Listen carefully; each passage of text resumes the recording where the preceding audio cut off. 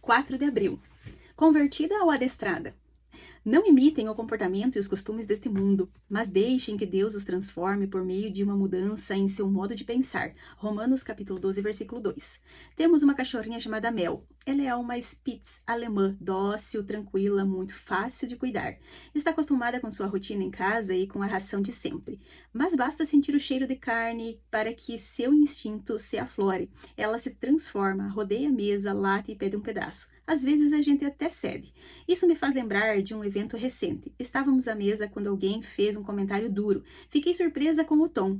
Não parecia apenas uma opinião, mas algo que vinha de um lugar mais fundo. Naquele momento, ela foi colocada na cara do gol. E como quem não resiste a uma picanha na mesa, deixou escapar o que carregava por dentro. Se seu coração fosse de fato transformado, teria se contido.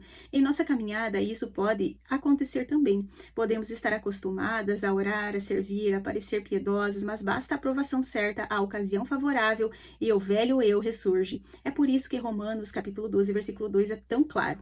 Transformação é diferente de adestramento. Ser adestrada é ajustar o comportamento. Ser convertida é ter o coração mudado. Há áreas em nossa vida que podem ser treinadas, como vencer a timidez, ser mais organizada e por aí vai. Mas caráter não se treina. Perdão, generosidade, amor, isso não vem por esforço humano, vem de dentro, vem de Deus. Você pode até ensinar um funcionário a ser mais pontual e mais produtivo, porém, se ele mente, o problema é de caráter e não de habilidade. E caráter não se treina, transforma-se. A reflexão para nós hoje é: será que eu sou convertida ou apenas adestrada? João capítulo 21. Depois disso, Jesus se manifestou outra vez aos discípulos junto ao mar de Tiberíades. Foi assim que ele se manifestou. Estavam juntos Simão Pedro, Tomé, chamado Dídimo, Natanael, que era de Caná da Galileia, os filhos de Zebedeu e mais 2 discípulos de Jesus. Simão Pedro disse aos outros: "Vou pescar." Os outros responderam: "Nós também vamos com você." Foram entrar no barco, mas naquela noite não pegaram nada. Ao romper o dia, Jesus estava na praia, mas os discípulos não reconheceram que era ele. Jesus lhes perguntou: "Filhos, será que vocês têm aí alguma coisa para comer?" E eles responderam: "Não." Então Jesus disse: "Joguem a rede à direita do barco e vocês acharão." Assim fizeram e já não podiam puxar a rede, tão grande era a quantidade de peixes. E o discípulo a quem Jesus amava disse a Pedro: "É o Senhor." Simão Pedro, ouvindo que era o Senhor, cingiu-se com a sua túnica, porque tinha tirado a roupa, e lançou-se ao mar. Os outros discípulos vieram no barquinho puxando a rede com os peixes, porque estavam somente a uns 90 metros da margem. Ao saltarem em terra, viram ali umas brasas com peixe por cima, e também havia pão. Jesus lhe disse: "Tragam alguns peixes que vocês acabaram de pegar." Simão Pedro entrou no barco e arrastou a rede para a terra. A rede estava cheia com 153 grandes peixes, e mesmo sendo tantos peixes, a rede não se rompeu. Jesus disse a eles: "Venham comer." Nenhum dos discípulos ousava perguntar: "Quem é você?", porque sabiam que era o Senhor. Jesus veio, pegou o pão e deu a eles. Depois fez a mesma coisa com o peixe. E esta já era a terceira vez que Jesus se manifestava aos seus discípulos depois de ressuscitado dentre os mortos. Depois de terem comido, Jesus perguntou a Simão Pedro: "Simão, filho de João, você me ama mais do que esses outros me amam?" Ele respondeu: "Sim, o Senhor sabe que eu o amo." Jesus lhe disse: "Apacente os meus cordeiros."